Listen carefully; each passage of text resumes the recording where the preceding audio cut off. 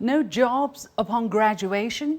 Latest data show China's surveyed urban unemployment rate has climbed to 20.4% in April for young people aged between 16 and 24. That's the highest since the data started to be collected in 2018. It made international headlines, drawing attention to China's efforts to spur economic recovery after 3 years of disruptions as a result of COVID-19. Meanwhile, today is the first day of nationwide unified university entrance examinations in China. Nearly 13 million students will be battling it out on paper to make their way into a university. It's always been a highly anticipated time for millions of families here since the exams were reintroduced in 1977. But with the job market looking so bleak for fresh graduates, a university degree seems far from enough for landing in a decent job. How severe exactly is youth unemployment in China? What accounts for the number? And what measures are being taken to address the issue? I'm pleased to be joined from Jinhua, East China's Zhejiang province by Professor Tang Ping of the College of Foreign Languages at Zhejiang Normal University, and Tian Ge, a postgraduate student from Beijing Foreign Studies University. Ladies, welcome to The Point. It's indeed a pleasure to have two females on our show. So let's first take a look at the situation of the evolvement of the unemployment figure. And we're going to take a look at this chart, and we can see that over the past 5 years since such number has been collected, 2023 is actually looking quite prominent in terms of youth unemployment. For the month of April, for instance, this has already gone over 20%, whereas in the year 2020 or 2021, the number were lower. So let me go to Professor Tang here. Exactly from your understanding and observation, how severe is the situation concerning unemployment rate of young people aged between 16 and 24? So I think this is a very serious problem, considering the record high rate of youth unemployment, and many graduates and young people face job markets with no jobs. So they have a lot of frustrations, uh, and just because they are frustrated, so uh, their families are happy. So maybe this is a serious problem, and maybe this linked to Yeah, yeah, yeah. affect. Based on past experiences, the number would probably go even higher in July and August, with the influx of fresh college or university graduates. So, what are your estimates for the coming few months, Professor Tang?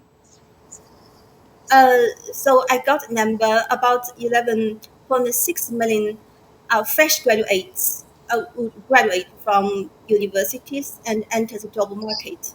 So maybe there will be a peak point of youth unemployment. Tian Ge, let me go to you. What is your personal experience? You are in the last year or year 3 of your postgraduate studies.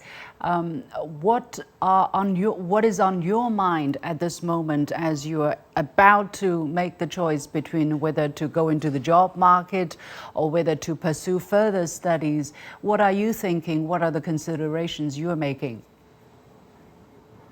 Okay, so I'm now in my second year of postgraduate studies, and I'm gonna finish it in just 1 year. And for myself, I think I'm still relatively optimistic in the process of job hunting. But I can also see the difficulties that our college students are facing of finding a satisfactory job because of we all know that many companies are laying off the workers because of the downward pressure on the economy, and we're already feeling the pressure right now with my classmates. And also in our edition, because of our major like international relations and diplomacy, that our employment orientation is relatively narrow, so that there is a mismatch between our expectations and the real job market, so that we're facing difficulties.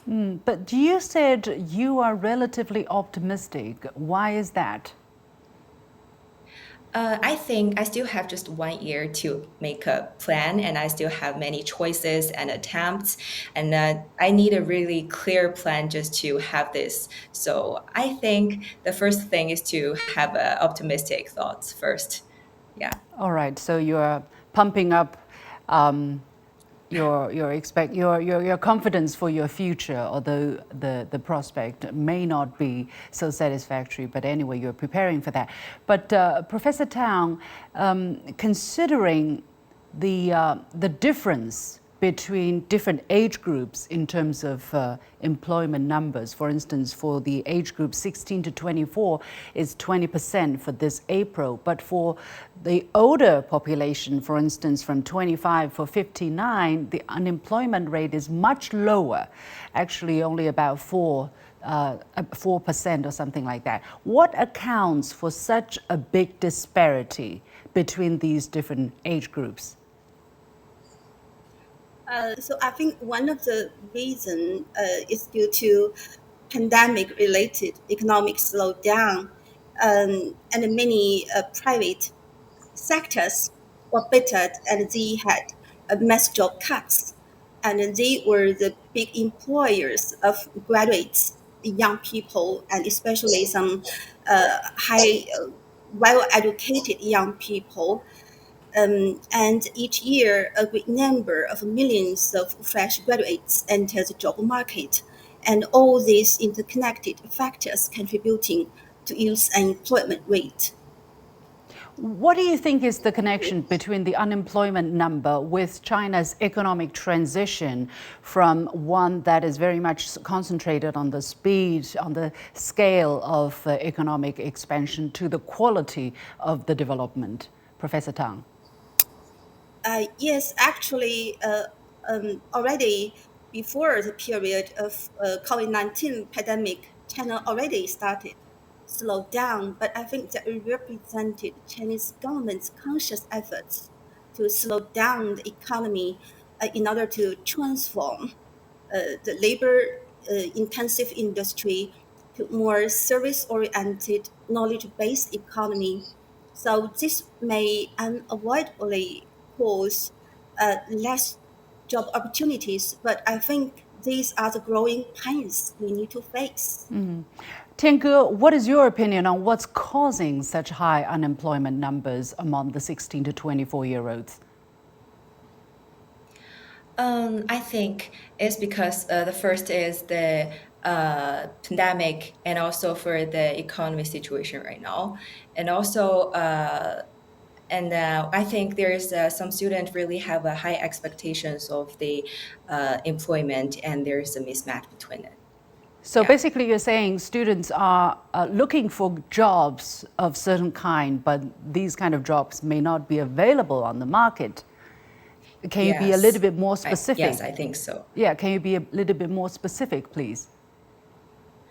Okay, so for my major, like we all learned that international relations and diplomacy, maybe many of my classmates would like to enter the examination called the national examination for admission to civil service, like that. And they would like to combine their major with their work, but sometimes we can only choose something like this, and there's not so much slots on other companies for us, so that we may have high expectations into finding a job with our major, but actually there is no real job market. Not enough jobs that are related to international relations Yes. and diplomacy. What are the preferences of Chinese young people, Chinese youth, when they're choosing a university discipline vis-a-vis?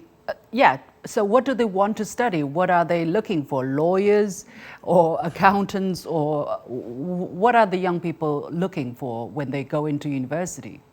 Tian Ge. And I think the first is just to combine with their interest. For me, because my interest is into just working in some international organizations or some NGOs. So I'm really interested into the international relations, so I chose this major. Yeah. And many students, like young people right now, would love to do the videos, like to be a KOL, and they are gonna learn some international communications or some media related majors, so that I think they just need to make it clear thoughts of their future development and then choose their major and find their university. Yeah, Professor Tang, actually, as we talk about high unemployment among these young people, China actually is projecting nearly 30 million manufacturing jobs going unfulfilled by 2025. Is there a mismatch really between the education that young people are seeking and the jobs that are being very much needed in the manufacturing sector? Yes, I think we need to look at youth and employment from the perspective of some inherent problems in higher education system.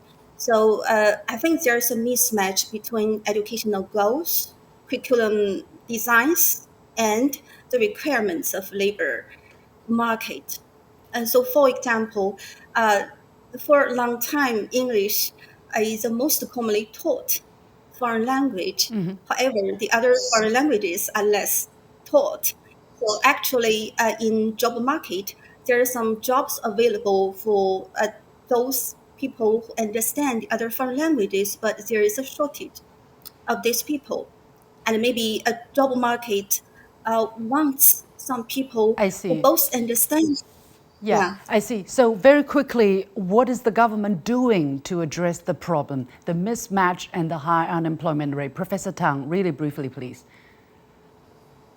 So I think we need to deepen the educational reform to rebalance the structures, uh, to, uh, to make the educational goals and curriculum designs more in sync with the developments of Chinese economy and the requirements of labor markets. Yeah. Tian Ge, are you getting any help or are your peers getting any help in finding jobs? Okay, so I think my school, BFSU, attached great importance into our student employment, as our school has a official counseling platform for student employment, which will just release corresponding information and hold some sharing sessions and inviting all the seniors from all walks of life to share their job hunting experiences and their work experiences, and I think this kind of platform will serve as a information sharing, and it's very useful for our graduate students. What if you Yeah. don't find a job of your choice? What are you going to do, Tian Ge? And I think I would relate it to my internship. Maybe I would just take a gap year for intern, Okay. because I've just involved into internship before, like in I see. AIB or CDRF. So I think maybe I would just take a gap All year right. if Yeah. I cannot find an offer. Yeah. We have to leave it there. Many thanks to Professor Tang Liping of the College of Foreign Languages at Zhejiang Normal University and Tian Ge, a postgraduate student from Beijing Foreign Studies University.